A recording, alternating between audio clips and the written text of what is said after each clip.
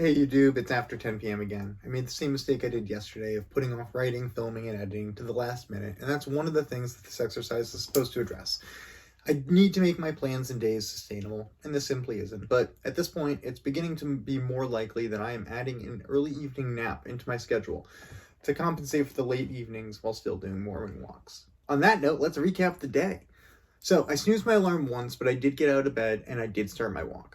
However, it was in the low 20s, and I only made it a few blocks before taking an unplanned left and doing a much smaller loop than usual.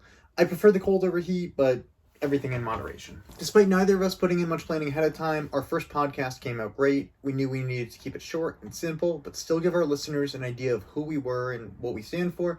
And we settled on I interviewed Danny about getting into hip hop.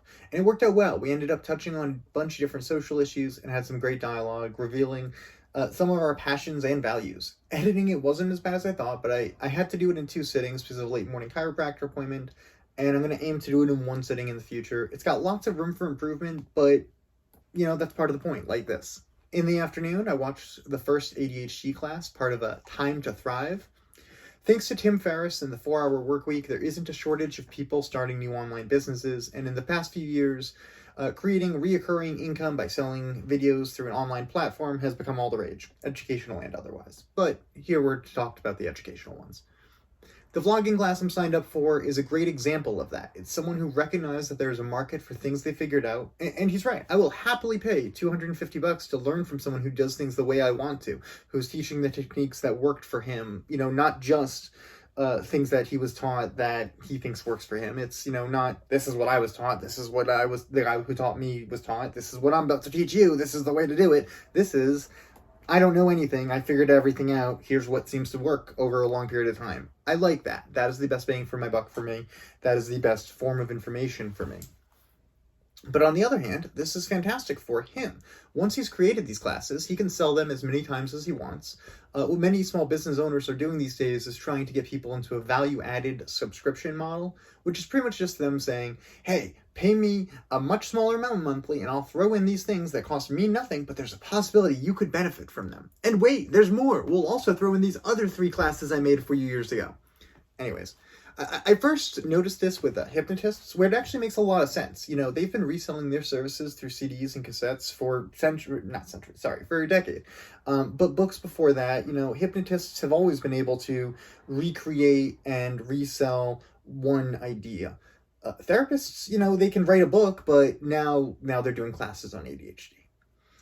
So it's a bunch of various shrinks trying to boost their initial online presence with a massively marketed free class where they each speak for 30 to 60 minutes. They all get a bunch of YouTube subscribers, the mailing list, and now all of their potential customers are in a Facebook group with notifications turned on for at least the month of January.